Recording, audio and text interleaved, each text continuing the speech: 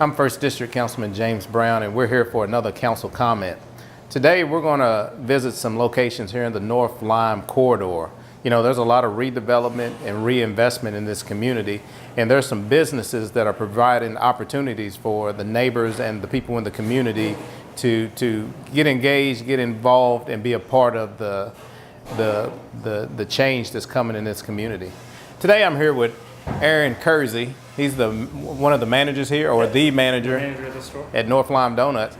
Can you tell us a little bit about yourself and how long you've been here at the donut shop? Yeah, I've been with North Lime for almost 6 years now. So I kind of came over when we were transforming this space from an old liquor store and just a mixed space to what it is today. Okay. Yeah, you know, before I was on council, I used to travel back and forth downtown on Limestone, and I would see, I would see the neighborhood changing. It was a different group of people, pedestrian usage, walking through the community. And one of the destinations I would always see a lot of people either coming to or waiting in line at was here at the donut shop. Yeah. What kind of history well, I guess this corner has a history of being a hub for donuts. It is. Now, has North Lime lived up to the reputation that Spalding was had on this corner? Man, I think so. Yeah, so Spalding's was across the street for the longest time, and when we came in, people just we were really worried first week. We're like, man, are we even going to have any customers? And the first day we were blown away with the community and just the city in general, just out the door every day. It was really awesome to see the support we had from them, and I think we have lived up to that history of really quality donuts. And Spalding's is a great place, but when they left a good gap here for people that are used to having quality donuts here. Yeah. Now, as well as selling donuts, you guys are a real good community partner. I know with our efforts in Duncan Park a couple of years ago, I think y'all kicked in and was a part of those efforts. Yeah. And other things that we have going on in the community. I know the owner, Joe, has reached out and made himself available. What kind of pride do y'all take as an organization with being engaged in community activities and community building? Yeah, so one of our main focuses is to try to be a blessing where we're at. We don't want to just come in and try to make as much money off of a community as possible. We want to be there to help a community as well. So we take 10% of all profits every month and donate them to a local nonprofit. And I've been trying to keep within this just corridor. There's a ton of awesome nonprofits around here that really need help as well. So the Nest is doing awesome work. There's a bunch of different ones. Lexington Rescue Mission is right down the street. We just got a ton of stuff that we could jump in and partner with some people that are already doing awesome work that we can help to get to attain their goals as well. Yeah, well, that's good to hear. Do you got some samples for me today? I do. I know a couple different ones for you. And one of the things I think you guys are kind of known for are the different variety of donuts that you have. So can you tell us a little bit about what you got? I've got 4 of kind of our daily specials we have every day. It's kind of our core donuts. So we've got our plain glaze and our chocolate ice. Those are both on just a classic yeast raised donut. One's got chocolate icing and one doesn't. And I think those are our 2 best sellers. And those are also something we try to keep on the lower price end to try to make it affordable for everybody.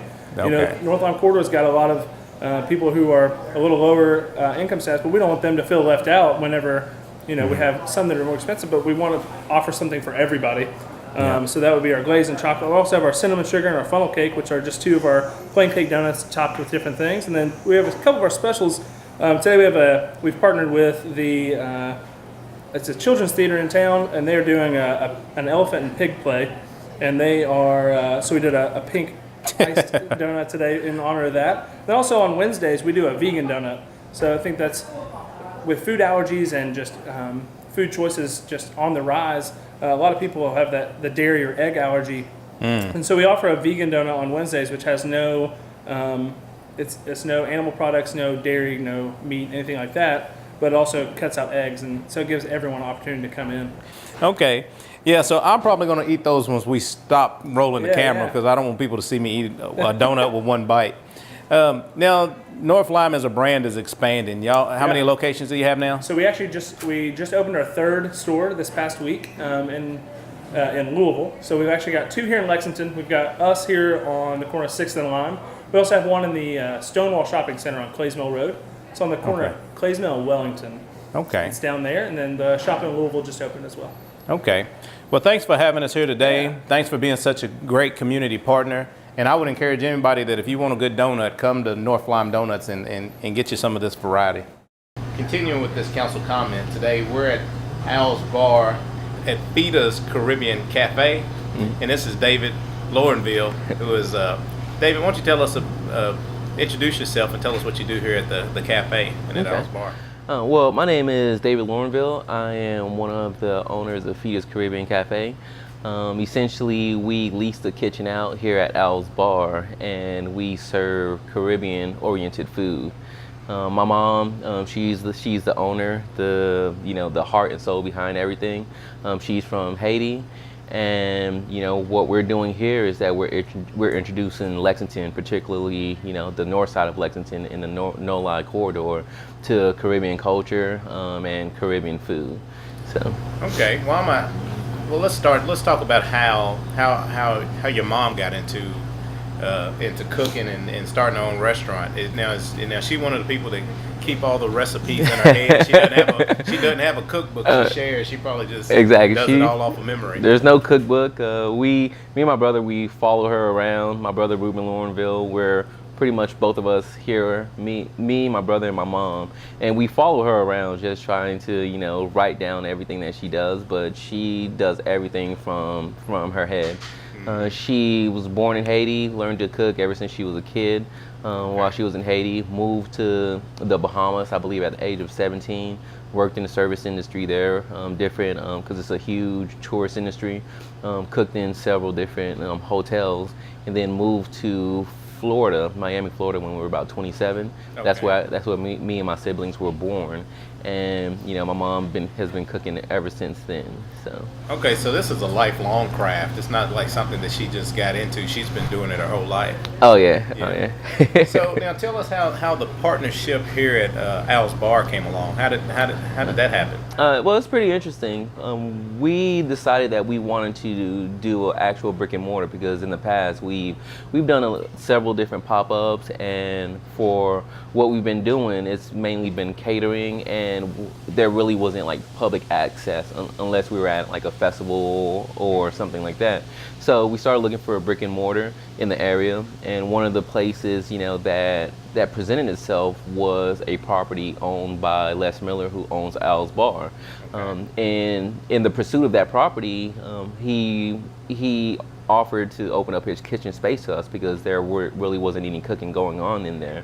So since October, we've been operating outside of Al's Bar, just by leasing their kitchen until we get into our own brick and mortar space. I think if we would have did it anywhere else in Lexington, I think people would recognize that it is good food, but I don't think it would be like that home kitchen, like, hey, I'm really feeling like something like nutritious, something comfortable. So let's go to Al's Bar to have some Fida's Cafe. I don't think that we would have that kind of like community support. So just being on the north side and everybody realizing that we did start off doing from a pop-up tent at the night market, so they know that we're ingrained here, and it's been all community support that's gotten us our recognition. Yeah, and I've seen it myself. I think you got real strong community support, but it's easy to support good cooking. I had some of the jerk wings last week. They were good, but they lit me up. And I got the curry chicken today, so I'm looking forward to digging into this once the camera stop rolling. Oh, that's good. All right, David. So, what do you see? What kind of plans does Fida's Caribbean Cafe have for the future? Okay. Well, for the future, we definitely plan on staying here in the north side and operating outside of Al's Bar's kitchen. But we are moving next door to Al's Bar. We are currently renovating the space right now. So it's going to be more open to, family-oriented, the family-oriented community. It's going to offer Haitian coffee and different, Haitian baked goods and stuff like that. So we plan on staying here in the north side, and we plan on expanding, our menu. So okay. Well, if you're looking for something good to eat, and you're looking for a good place to come and just hang and have some nostalgia about it, come to Al's Bar and try Fida's Caribbean Cafe. For those that aren't familiar with the menu, what is a good, safe menu item they can order to kind of bring them into the Caribbean eating? kind of like we broke you in with the jerk chicken. Yeah, The jerk. It's a spicy option, but it's traditionally known throughout the Caribbean, the jerk chicken. But the curry chicken, I think a lot of people would be interested in the curry chicken that we have. And then we have more traditional items like oxtail and curry goat as well. So Okay. Yeah, I'm going to come on the day that you're serving goat, because I want to try that. All right, well, thanks for interviewing with us today, and I would encourage everybody to come out to Fida's Cafe. Thanks. Thanks for sticking with us as we venture down the North Lime corridor. Now, we stopped in one of the anchors that is here in the North Lime corridor in the North Lime neighborhood, and that's the Wild Figs bookstore. We're here with Ron Davis and Samantha Johnson. Ron is the co-owner and one of the extraordinary partners here in this organization.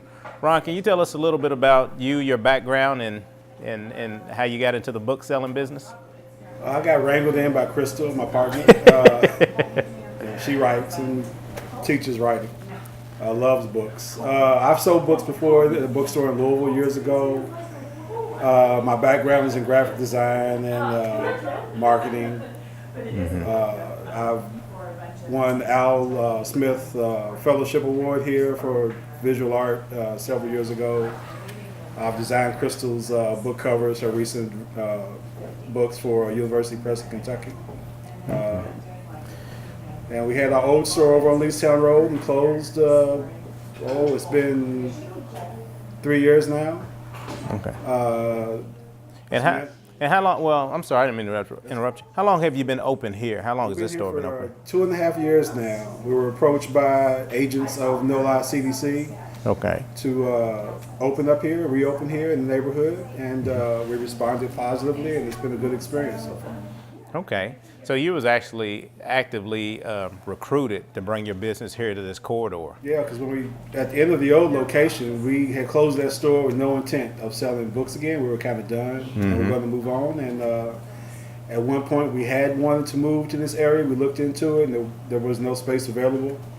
After we closed, Griffin Van Meter, who at the time approached us on behalf of CDC, No Lie CDC, and said, well, I have a space now if you're still interested. So we thought it over for a few weeks and decided to give it another shot. Okay. Now, I pass the Wild Fig all the time, and I stop in every now and then. I'm not an avid reader, so I don't buy books all the time. But it seems like the store has become a hub for the neighborhood. Can you speak a little bit about that, and if you're having the kind of impact and the kind of reception from the community that you were looking for when you decided to move your bookstore here? Yeah, a lot of the agencies in the area, especially a lot of nonprofits, they come through here and they meet. We've been well received by them, even by some of the less than glorious people on the streets who wander in, want to use the restroom. Sometimes they're fully closed, sometimes not. But it's been a great reception by all so far. Very few negative reactions to us being here. Other than folks don't always know who to go to. They tend to go to the baristas first before they acknowledge the folks that probably look like management. Maybe Ron doesn't look like a manager, but I don't know. Well, but they get, a lot of folks will come in and just go straight to whomever is not of color, and ask their questions or whatnot, and then they get redirected to Ron or Crystal. So I find that very interesting a lot of times. Yeah, and I think that happens, not just here, but in other aspects of our community. And and that's probably why you guys might have been targeted or selected by the CDC to come into this community I is think some of it, yes. is to try to help change some of that perception. Yeah. And but as you said, it's still a work in progress. Yes. Yeah. Now, at local events where either a literary artist is being celebrated or the opportunity to purchase literature, you guys, at least at the last few I've been at, you guys have been the organization there selling the book and making it available and taking orders.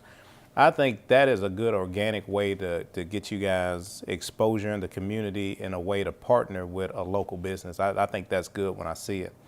When people, can you tell us a little bit about how you would want people to interact with you and Crystal when they come into this space?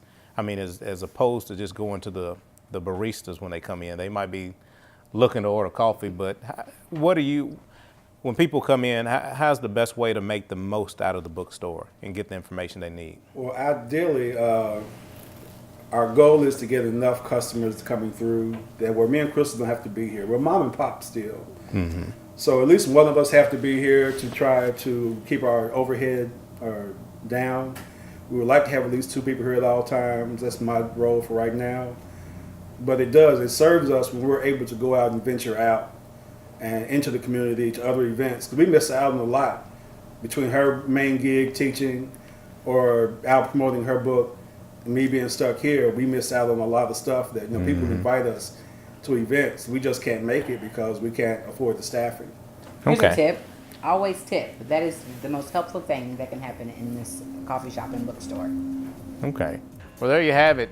If you're looking for good literature or looking for a book that you might not know exists, that you should read to help better yourself in your life, come to Wild Fig Bookstore and introduce yourself to Ron and Crystal. They'll help you out.